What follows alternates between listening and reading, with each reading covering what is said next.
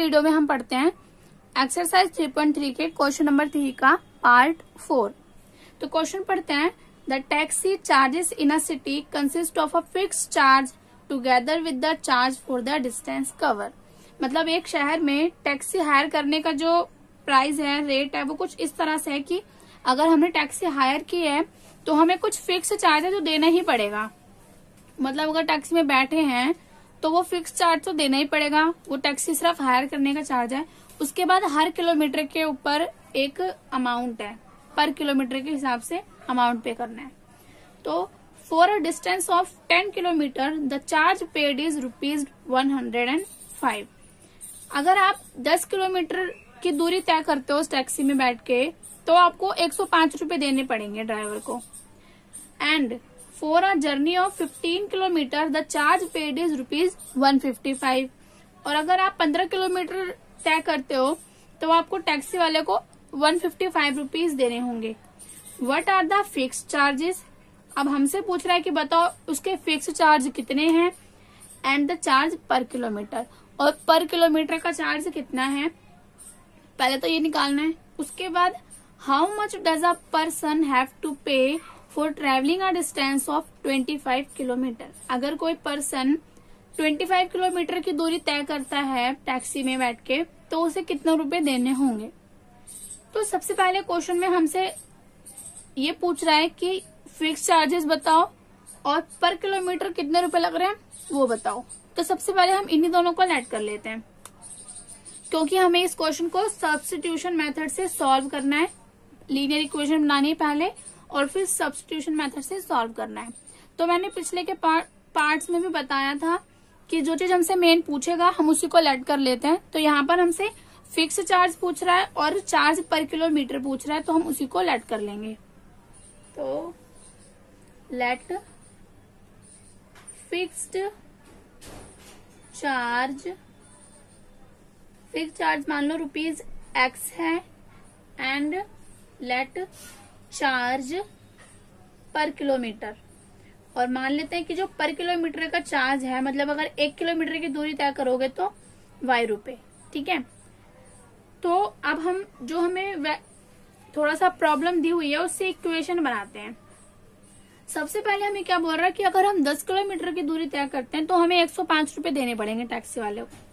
अब जरा ये सोचो, अगर आप गाड़ी में बैठ गए हो तो X रुपए तो आपको देने ही पड़ेंगे। और 1 किलोमीटर पर किलोमीटर मतलब 1 किलोमीटर के कितने रुपए हैं Y रुपए। मतलब अगर आप 1 किलोमीटर दूरी तय करोगे तो आपको इतने रुपए ड्राइवर को देने होंगे।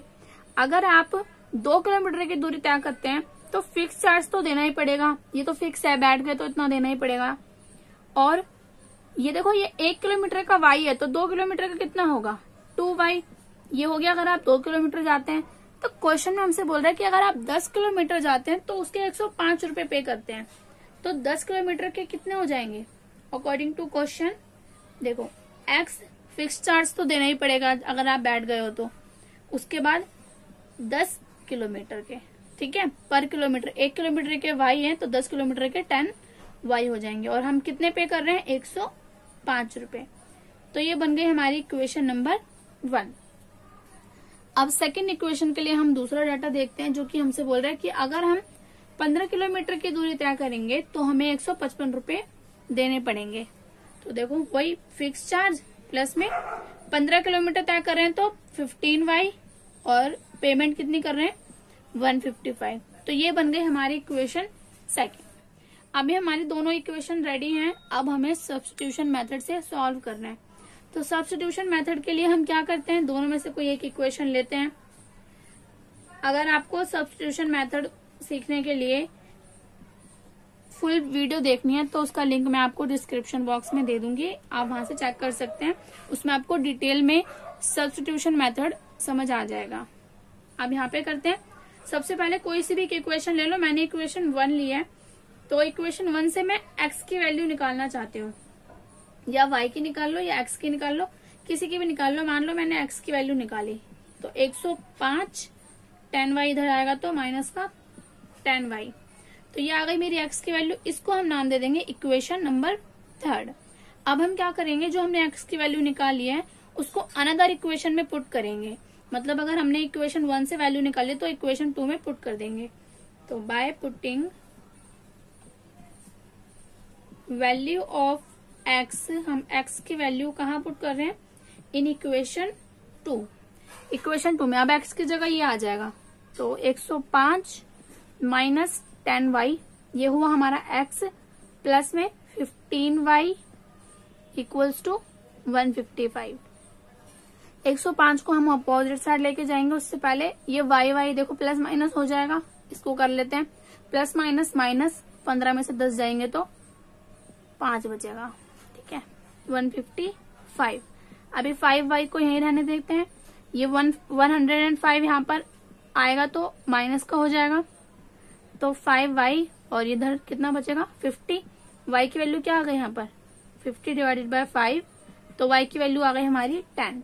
अब इस y की वैल्यू को हम इक्वेशन 1, 2 और 3 किसी में भी पुट कर सकते हैं। मैं इक्वेशन 3 में पुट करूंगी बाय पुटिंग, क्या पुट कर रहे हैं हम, value of y in equation third में पुट करते हैं ताकि डायरेक्ट x की वैल्यू आ जाए,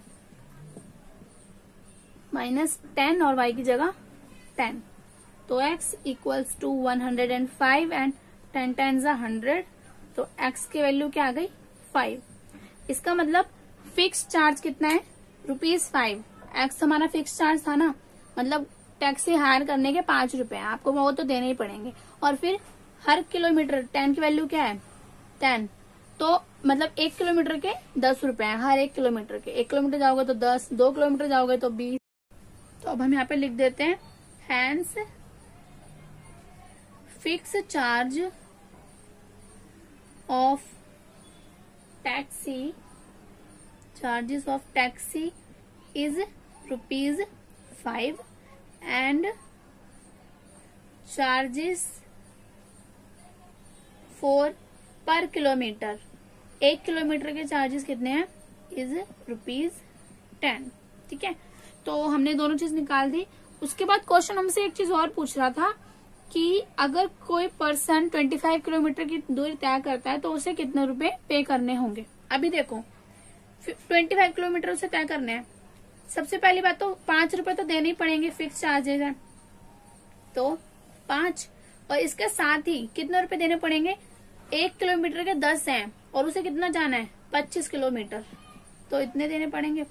तो 5 प्लस में 25 10 250, तो उसको कितने रुपए पे करनेंगे 255 रुपीज, 255 रुपए उसे पे करने पड़ेंगे।